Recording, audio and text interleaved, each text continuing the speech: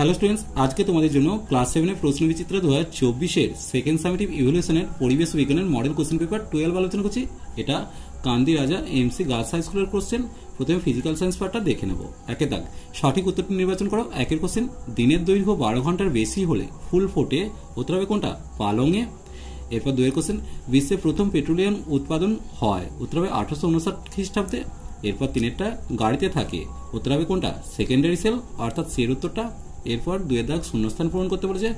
Windmill স্থাপন করা হয় যেখানে বায়ু শক্তি বেশি, তাহলে এই জায়গাটায় বায়ু কথাটা লিখবে। এরপর দেখো, আলোর বিচ্ছুরণ আবিষ্কার হয় ড্যাশ খ্রিস্টাব্দে, উত্তর হবে 1666 খ্রিস্টাব্দে। এরপর দেখো তিনের দাগ, অতি সংক্ষিপ্ত প্রশ্ন, সোলার ক্যালকুলেটরে আলোক শক্তি কোন শক্তিতে রূপান্তরিত হয়? আলোক শক্তি তড়িৎ শক্তিতে রূপান্তরিত হয়, তাহলে এই জায়গাটা তড়িৎ শক্তি লিখে দিলাম। এরপর দেখো দুয়েরটা, এক্স রে কি? এক্স রে একটা হচ্ছে অদৃশ্য রশ্মি, তাহলে অদৃশ্য রশ্মি যা হাড়, যা চামড়া ভেদ করে, যা চামড়া ও মাংস ভেদ করে কিন্তু হাড় ভেদ করতে পারে না, যা ভাঙা হাড়ের প্রতিচ্ছবি দেখার জন্য ব্যবহার করা হয়। এরপর দেখো ফিউজ তার কি কাজে লাগে? উত্তর হবে বৈদ্যুতিক সার্কিটের নিরাপত্তাতে ব্যবহৃত হয়। এরপর দেখো চৌম্বক কক্ষ কি? চৌম্বক কক্ষ হচ্ছে দুটি চুম্বকের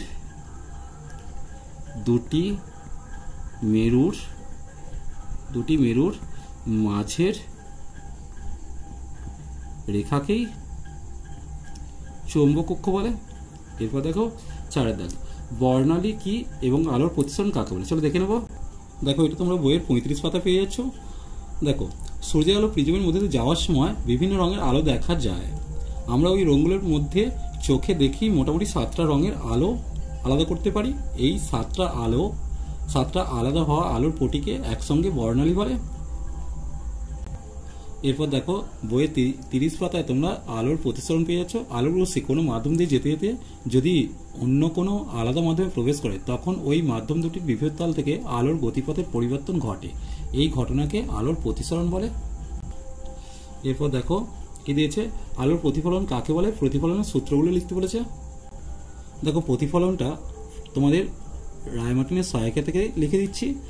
দেখো, একটি নির্দিষ্ট মাধ্যমের মধ্য দিয়ে অগ্রসর হয়ে আলোক রশ্মি যদি দ্বিতীয় কোনো মাধ্যমে আপতিত হয়, তবে মাধ্যম দুটির বিভেদ তল থেকে দিক পরিবর্তন করে আপতিত আলোক রশ্মির কিছু অংশ আবার প্রথম মাধ্যমে ফিরে আসে। এই ঘটনাকে আলোর প্রতিফলন বলে। চলো সূত্রগুলো দেখে নেব। দেখো 1 নম্বর সূত্র, আপতিত রশ্মি, প্রতিফলিত রশ্মি ও আপতন বিন্দুতে প্রতিফলকের উপর অঙ্কিত অবিলম্ব একই সমতলে থাকে। 2 নম্বর, আপতন কোণ ও প্রতিফলন কোণের মান সর্বদা সমান হয়। দ্বিতীয় সূত্রটিকে গ্রিক জ্যোতির্বিজ্ঞানী টলেমির দ্বারা আবিষ্কৃত হয়, একে টলেমির সূত্র বলে। তোমরা দ্বিতীয় সূত্রটা এইটুকুটা শুধু লিখবে। এরপর দেখো এটা কিভাবে বুঝবে? পৃথিবী নিজেই একটি চুম্বক। এটা তোমাদের বই থেকেই করে দিচ্ছি, তোমরা বইয়ের 46 পাতাটা খোলো। দেখো এখান থেকে 1 নম্বর লিখবে, একটা লোহার দণ্ডকে বহুদিন ধরে পৃথিবীর উত্তর দক্ষিণ দিক বরাবর রেখে দিলে দেখা যায় ওই দণ্ডের মধ্যে ক্ষীণ চুম্বকত্ব সৃষ্টি হয়েছে। এটা 1 নম্বর লিখবে। 2 নম্বর লিখবে, কোনো চুম্বককে অবাধে ঝুলে থাকতে দিলে তা উত্তর দক্ষিণ মুখ করে দাঁড়িয়ে থাকে। এটা 2 নম্বর লিখবে। আর 3 নম্বর লিখবে, দেখো এই দুটোই লিখবে, তাহলেই হয়ে যাবে। এরপর দেখো কিভাবে, আচ্ছা 3টা তড়িৎ চুম্বকের ব্যবহারগুলি লিখতে পারছে। চলো দেখে নেবো, বইতে আছে। দেখো এটা তোমাদের বইয়ের 47 পাতায় আছে। তোমরা দেখতেই পাচ্ছ এত ধরনের ব্যবহার করা হচ্ছে। তোমাদের পছন্দ মতো তোমরা একটু ব্যবহারগুলো লিখে নিও। দেখতেই পাচ্ছ তোমাদের বইয়ের 47 পাতায় কিন্তু আছে।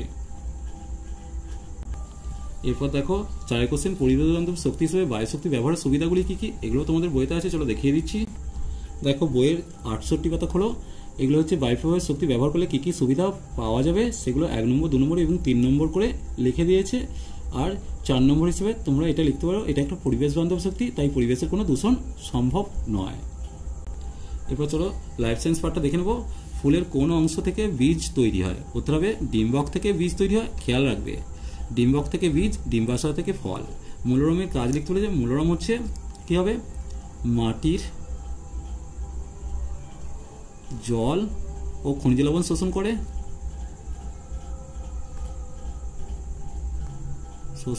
করে। এরপর দেখো 3 দাগে দিয়েছে ব্যাপন কাকে বলে, চলো দেখে নেব।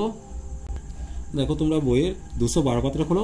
অণুদের অবিশ্রান্ত গতির জন্য গ্যাসীয় অবস্থায় বা দ্রবণে বেশি গাঢ়ত্বের অংশ থেকে কম গাঢ়ত্বের অংশে পদার্থের অণুদের ছড়িয়ে পড়ার ঘটনাকে ব্যাপন বা ডিফিউশন বলে। এরপর দেখো কি দিয়েছে 2 নম্বর রূপান্তরিত কাণ্ড কাকে বলে, চলো দেখে নেব। এর জন্য তোমরা বইয়ের 190 পাতাটা খোলো। দেখো কিছু কিছু গাছের কাণ্ড আমাদের কাণ্ডের মতো নয়, আমাদের ঠিক চেনা কাণ্ডের মতো নয়, নিজের সুবিধার জন্য সেই সমস্ত গাছগুলো তাদের কাণ্ডগুলো পাল্টে ফেলেছে। এরকম পাল্টে যাওয়া কাণ্ডগুলোকে আমরা বলি রূপান্তরিত কাণ্ড।